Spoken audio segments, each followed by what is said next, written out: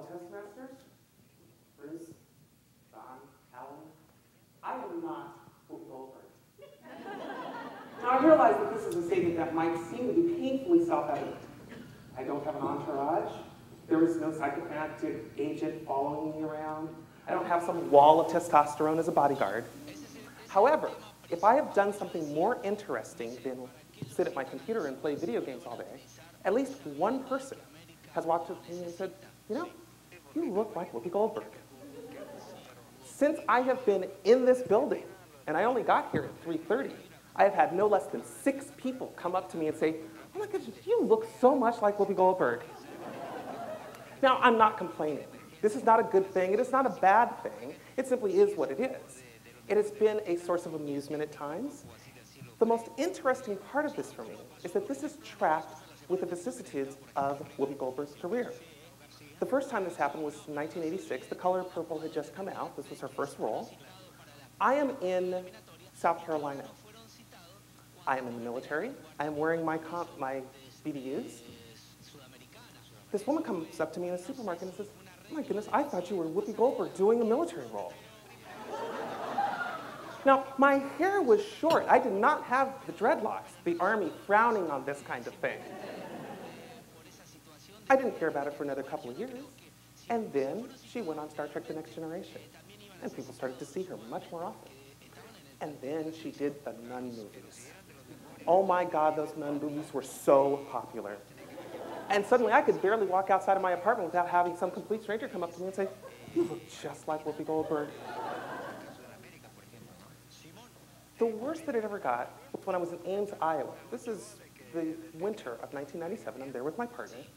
We're visiting her family for Christmas. People would come across the street, running across the icy streets, what looked like the tundra to me to say, oh my God, I thought Whoopi Goldberg was in our town. We were there for 9 days.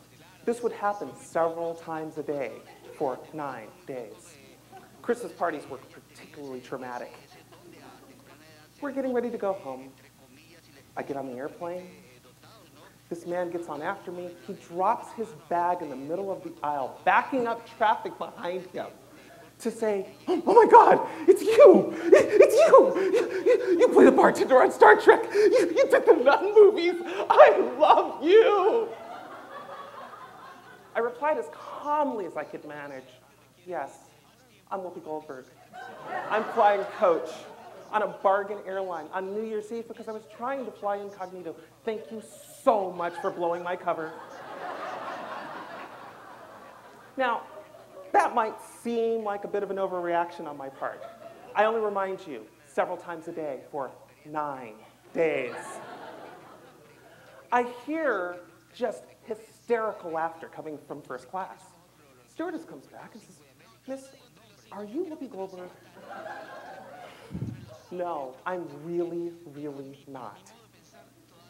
Well, you've made the entire air crew's evening. Would you like to come up to first class? So my partner and I got to drink champagne over the Sierra Nevada as 1997 was running. That's the best it's worked out for me. It has been an endless source of entertainment for my friends. When I first moved up here from the Bay Area, a friend of mine was living just outside of Olympia, Washington, and we decided, let's get together, we're gonna have a drinking fest, we'll feed ourselves at this restaurant down the street, and then we'll do some shopping the next day. She got there before me. I get to the restaurant, I ask her, so whose name did you put this in? You'll see. Oh God. Goldberg, party of 2 for W, Goldberg. They take us into the dining area. They sat us in the middle of the restaurant.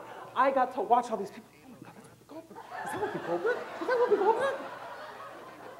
My friend spent the entire night. I am still plotting my revenge. One of these days, I will have my vengeance. The next day, we go shopping, Walmart, Kmart, someplace like that.